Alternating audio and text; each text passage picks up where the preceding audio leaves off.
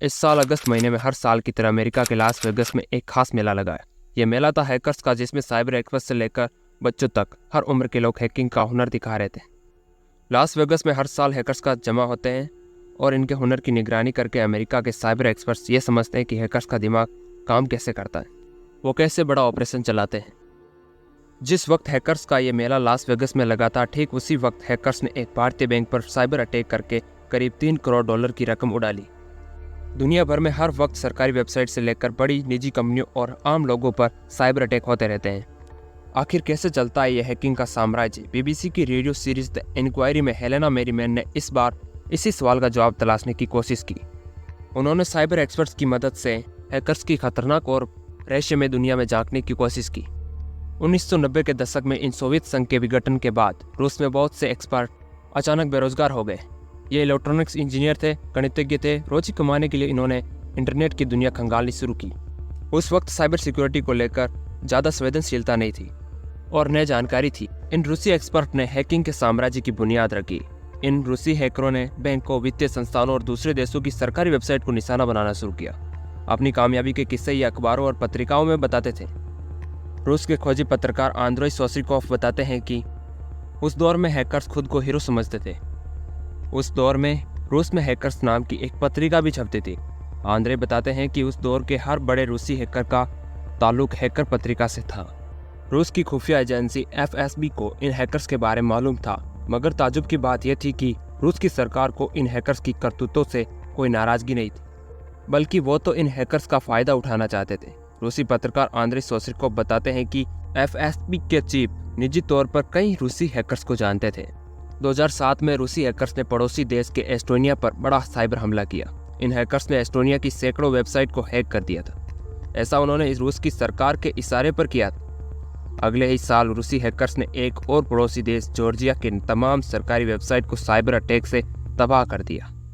रूस से हुए साइबर हमले में फैसीबियर ग्रुप का नाम सामने आया। रूस के सरकारी हैकर्स रूसी पत्रकार आंद्रे बताते हैं कि 2008 में जॉर्जिया पर हुआ साइबर हमला रूस के सरकारी हैकर्स ने किया था।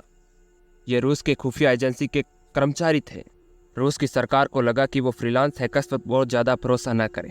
इससे बेहतर तो वो होगा कि अपनी खुद की आर्मी तैयार करें, आई मीन हैकर आर्मी। रूसी हैकर्स की इसी साइबर सेना ने जॉर्जिया पर 2008 में हमला किया था। आज की तारीख में रूस के पास सबसे ज़्यादा ताकतवर साइबर सेना है। रूसी हैकर्स पर आरोप है कि उन्होंने अमेरिकी राष्ट्रपति चुनाव में दखलंदाजी की। उन्होंने व्हाइट हाउस पर साइबर हमला किया और नेटो और पश्चिमी देशों के मीडिया नेटवर्क भी रूसी हैकर्स के निशाने पर रहे हैं। रूस से हुए साइबर हमले में एक खास ग्रुप का नाम कई बार सामने आया है।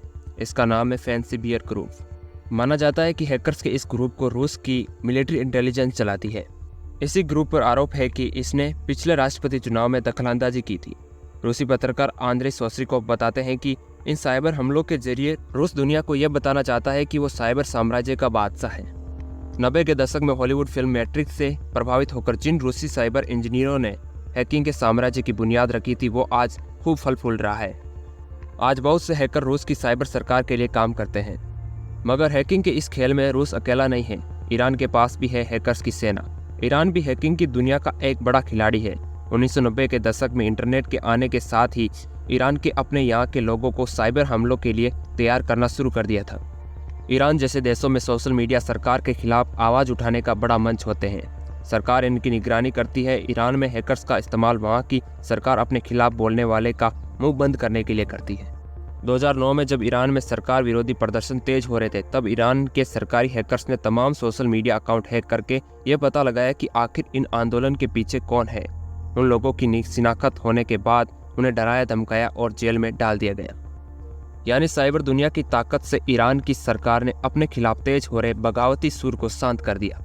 ईरान के पास रूस जैसी ताकत वाली साइबर सेना तो नहीं है, मगर ये ट्विटर जैसी सोशल मीडिया को परेशान करने का मादा जरूर रखती है। जानकार बताते हैं कि ईरान की साइबर सेना को वहाँ के मशहूर रिवॉल्यूशनरी गार्ड्स चलाते हैं। ईरान में दुनिया के एक से एक काबिल इंजीनियर और वैज्ञानिक तैयार होते हैं। दिक्कत यह है कि इनमें से ज़्यादातर पढ़ाई पूरी करने के बाद अमेरिका या दूसरे पश्चिमी देशों में का रुख करते हैं। ईरान की साइबर सेना को बचे कुचे लोगों से ही काम चलाना पड़ता है। अमेरिकी थिंक टैंक कार्नेगी एंडोमेंट के लिए काम करने वाले करीम कहते हैं कि ईरान तीसरे दर्जे की साइबर सेना है।